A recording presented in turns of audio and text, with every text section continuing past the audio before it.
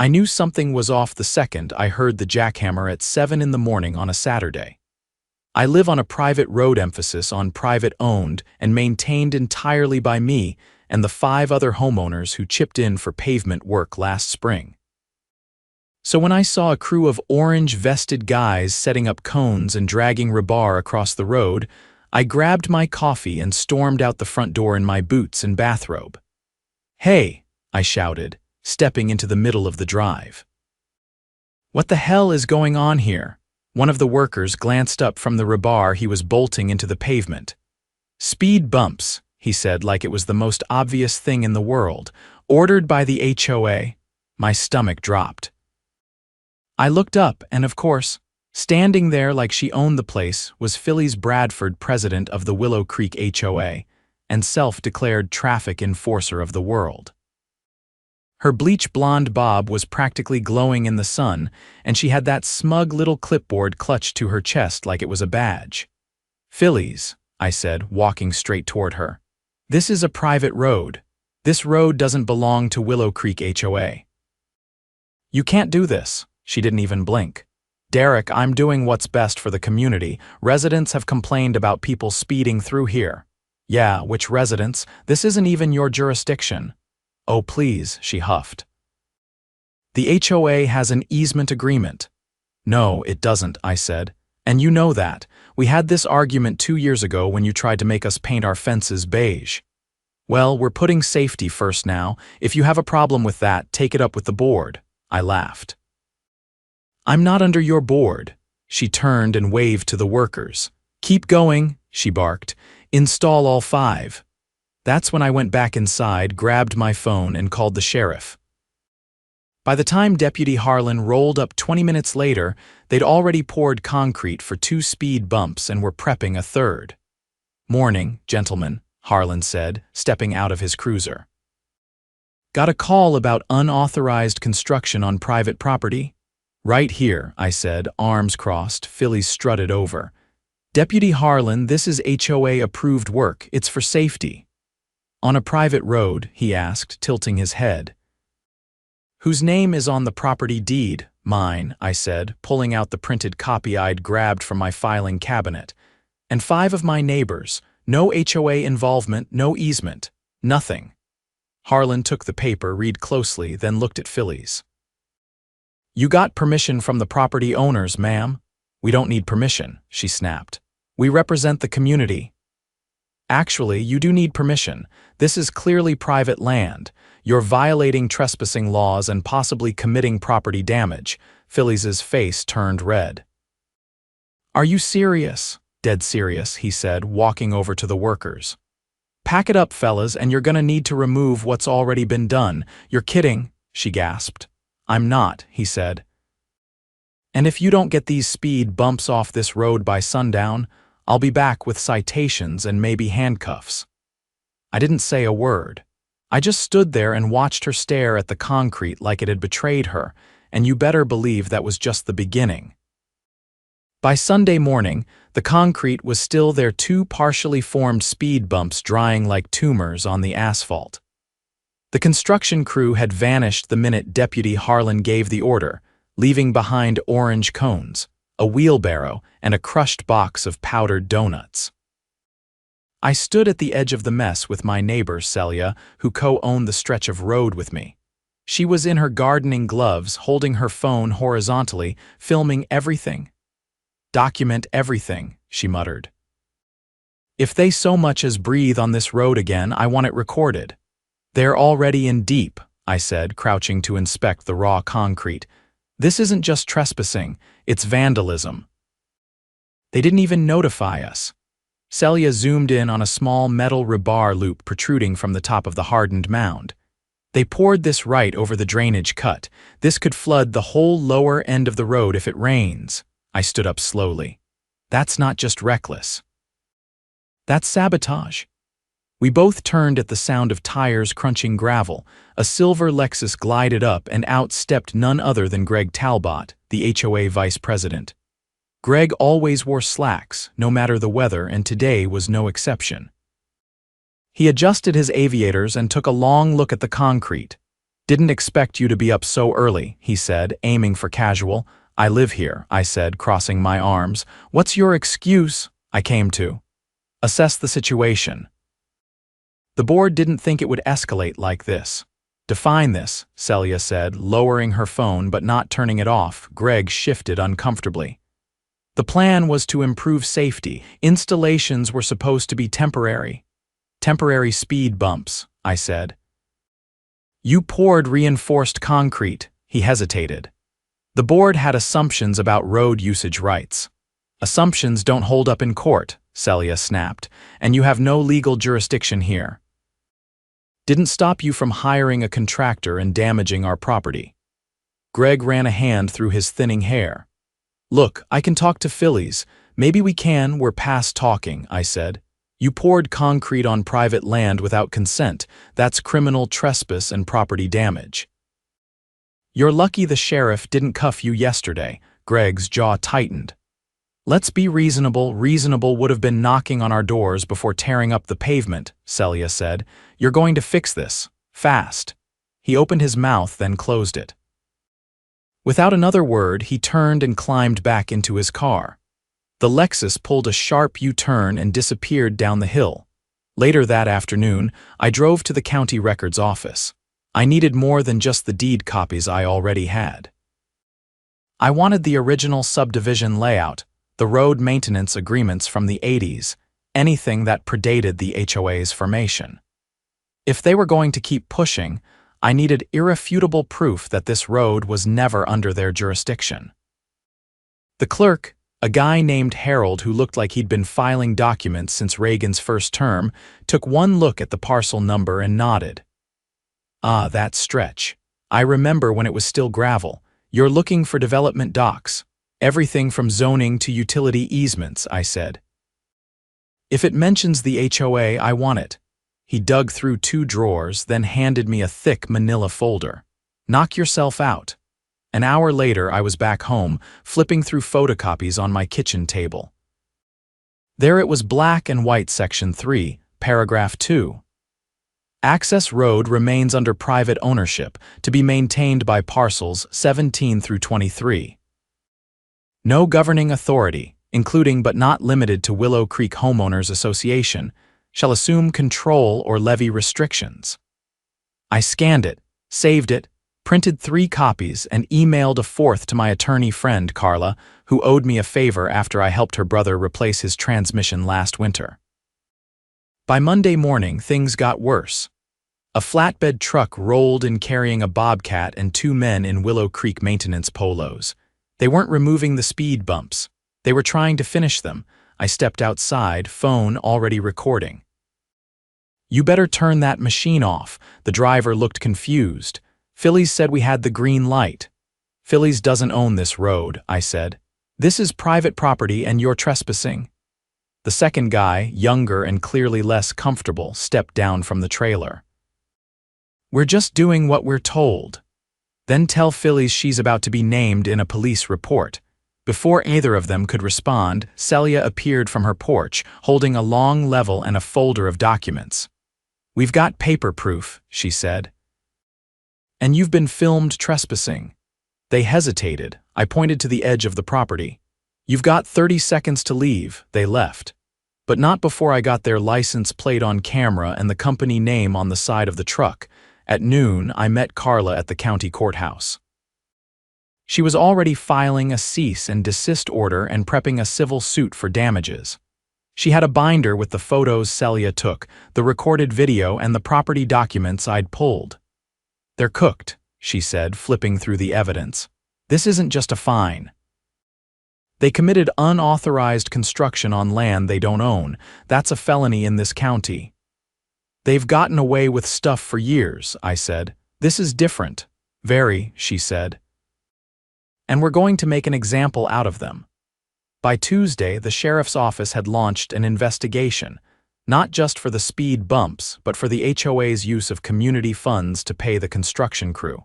Turns out, Phillies hadn't used her own money. She'd submitted a fake invoice listing the road as part of a shared community asset.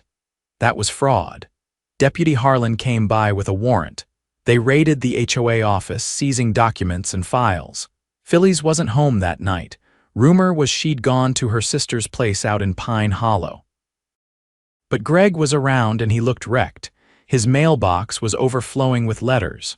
Residents were furious. Some had gotten wind of the misuse of funds. At least 6 had already filed formal complaints with the state HOA Oversight Board. By Thursday, a contractor crew this time hired by us showed up to grind down the concrete mounds. Celia and I stood with folding chairs and lemonade while they did the job right. They even patched the drainage cut and resealed the asphalt. As the sun dipped low, Celia leaned back and said, "You think they'll try again?" "No," I said. "Next time they try something, it won't be with concrete, it'll be paper. Then we'll be ready." We weren't just ready, we were building a case. By the end of the week, I was getting phone calls from neighbors I barely knew.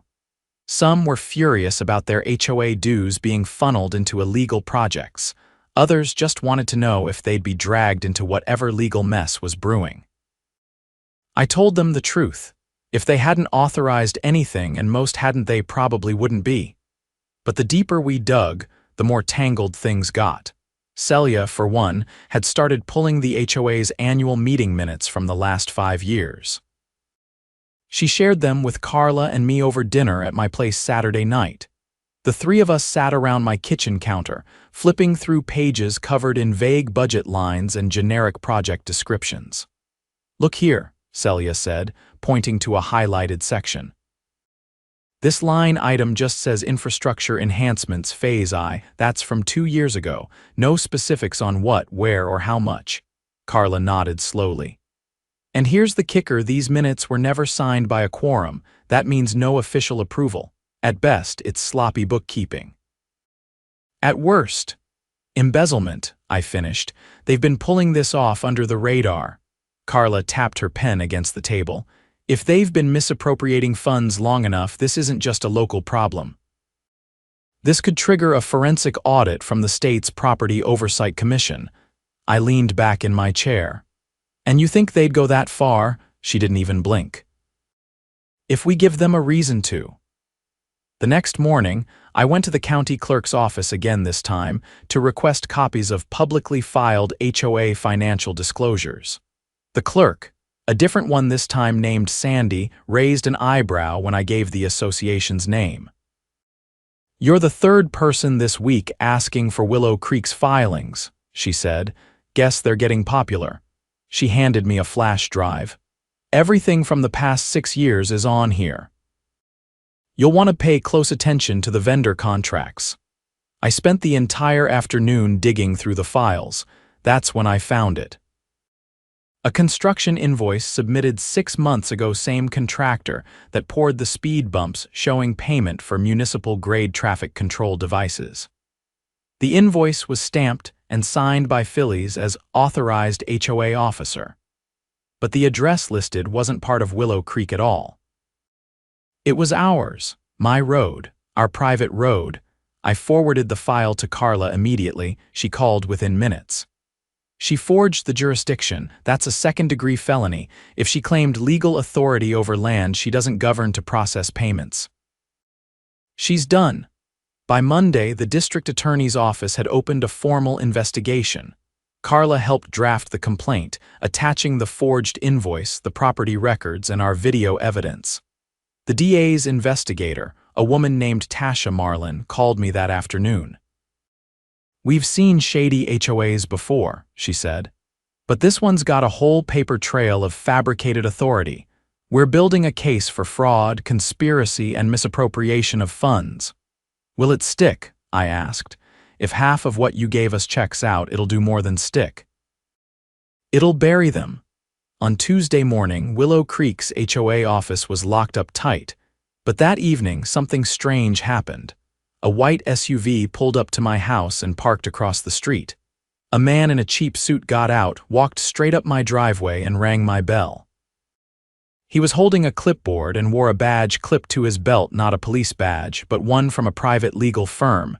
"You Derek Cole?" he asked. "Who's asking?" "I'm serving you a cease and desist. You've been making defamatory statements about my client, Mrs.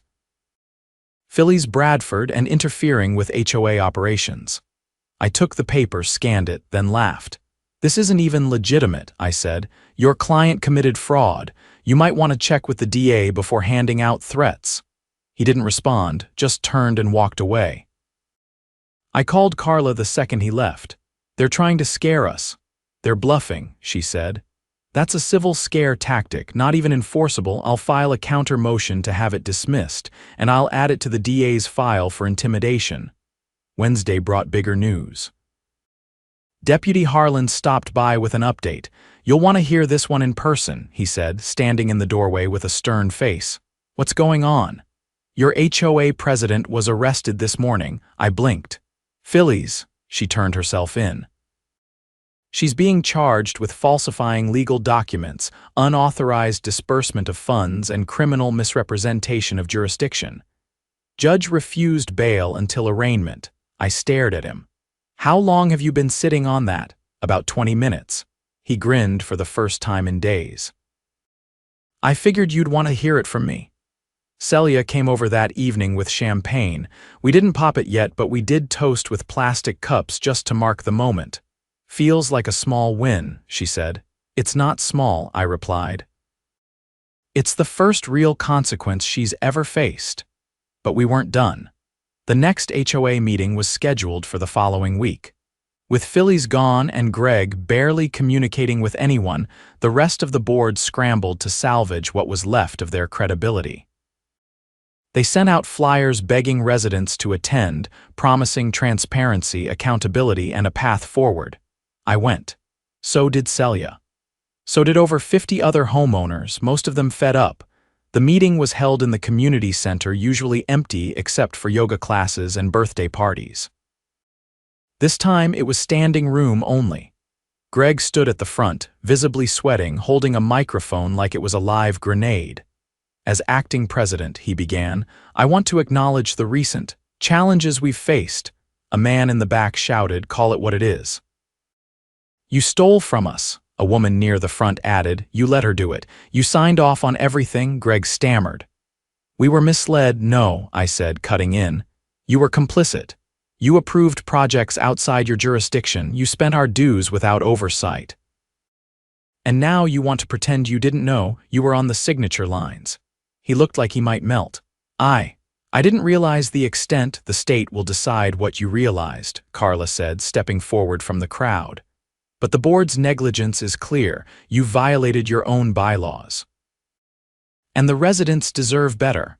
Someone shouted, we want a full audit, another voice, and a new board. The room erupted. Greg tried to speak again, but it was over.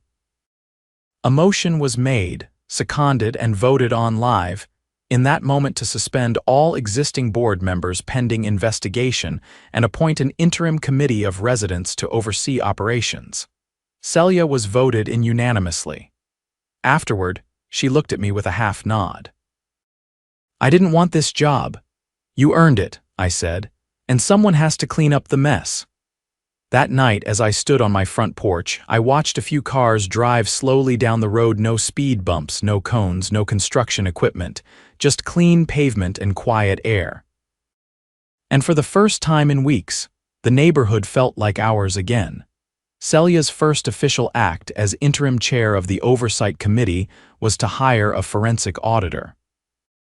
Not someone local. Either she brought in a woman named Dana Valenti, a tough-as-nails CPA from 2 counties over with a reputation for sniffing out misappropriated funds like a bloodhound. Dana didn't bother with pleasantries. She showed up in a gray blazer, carried 3 laptops, and set up shop in the community center's back office. By the end of her second day, she'd already flagged 4 years' worth of questionable expenditures, including a consulting fee to a company that didn't seem to exist, and several inflated invoices for landscaping work that never happened. On the 3rd day, she called Celia and me in. I need to show you something, she said, tapping her screen. This file was buried inside a general ledger folder labeled Budget Projections. It's encrypted, but I already cracked it. She turned the screen toward us. The file was a spreadsheet, but the contents didn't match any legitimate budget. It logged HOA dues collected, then listed a second column labeled discretionary allocation. The numbers didn't match any public records. Nearly $20,000 had been quietly siphoned over the past year alone. "Where did it go?" Celia asked. Dana clicked over to a second tab. "Wire transfers." All routed to an account opened under a shell nonprofit Willow Creek Neighborhood Safety Alliance. Except that organization doesn't exist with the state. I checked. The bank account is real, though, and here's where it gets ugly: it's registered to a Robert M. Bradford. I leaned in. "Phyllis's husband," Dana nodded. "He's not officially on the HOA board, never was, but it looks like he's been using the association as a personal ATM. Celia stared at the screen. "How did no one catch this?" Dana leaned back. "Because the real books were only ever shown to 3 board members. The rest got sanitized versions, and the residents? They just saw the annual summary, vague numbers, no backup." I stood up and paced. "This is beyond HOA violations. This is wire fraud, embezzlement, maybe even conspiracy to defraud." Dana folded her arms. "I already sent it to the DA's office." That same afternoon, 2 plainclothes investigators from the Financial Crimes Division showed up. They scanned and bagged Dana's laptop, copied the hard drive, and took her notes. By Friday, Robert Bradford was arrested while trying to withdraw funds from the account.